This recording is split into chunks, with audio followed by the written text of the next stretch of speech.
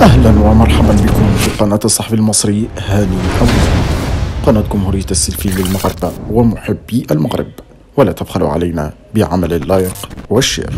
عصابة البوليساريو تقوم بجرائم دولية تفوق بشاعتها جرائم النازية في زمن هتلر. انتظروا.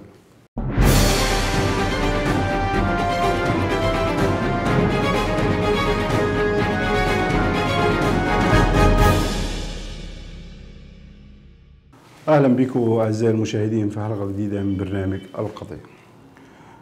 نحن أمام جريمة دولية بكل المقاييس، جريمة تفوق بشاعتها جرائم النازية في زمن هتلر، حيث تورطت حكومة الجزائر وعصابة البوليساريو في عمل إجرامي خطير مناهض للأعراف الإنسانية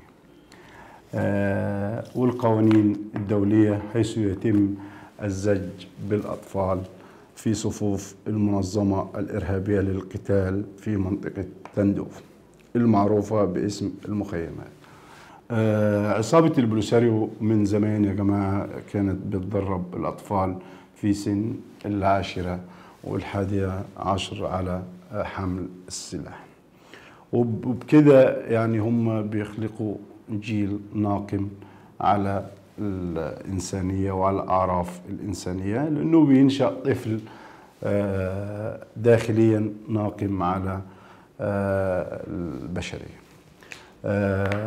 طبعا هم بيزجوا بالأطفال في القتال، وبلغت البجاحة حدا غير مسبوق عندما عرض إعلام الجزائر والبوليساريو صورا للأطفال المجندين أثناء زيارة المبعوث الأممي إلى مخيمات تندوف. الصورة دي كانت فضيحة كبيرة للجزائر والبوليساريو، والمبعوث الأممي يومها ما عرفش يرد على الصحافة الأجنبية، فقال أنا ما شفتش الأطفال. الصحافة جابت له الصور وهو موجود فيها، والأطفال يمروا أمامه حاملين السلاح. هذا الفعل يعد جريمة مكتملة الأركان. وفين جمعيات حقوق الطفل من هذا الفعل؟ وفين وليه المبعوث الأممي ما قالش وما احتجش على هذا الفعل؟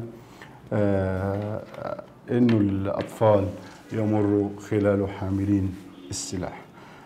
واحنا من خلال قناتنا هنا ومنبرنا بنناشد جمعيات حقوق الطفل في الدول الأوروبية ومنها الولايات المتحدة للتحرك ضد هذه الجريمة البشعة، حيث أن القانون الدولي والقانون وأي قانون في أي دولة يحظر تجنيد الأطفال. هذه الأفعال لا تقل بأي صورة عن ممارسات النازية اللي قام بها هتلر قديما. التحالف الدولي للدفاع عن حقوق والحريات يدين تجنيد الأطفال واستغلالهم لأغراض عسكرية في مخيمات تندوف بالجزائر. وهناك منظمة من باريس اعترضت على هذه الصور ووصفت أنه اللي حصل يوم زيارة المبعوث الأممي ما هو إلا جريمة دولية تستوجب الملاحقات والمتابعات في حق جميع الأشخاص المتورطين.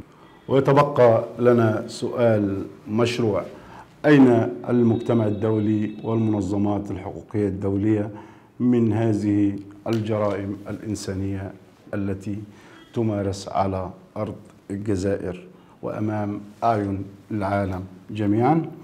فما يتم من انتهاك للأعراف وحقوق طفل على أرض تندوف يجب على المجتمعات الدولية تحاسب عصابة البوليساريو والقيادة الجزائرية على هذا الفعل الذي يتنافى مع أعراف قانون الطفل. انتظرونا في حلقة قادمة.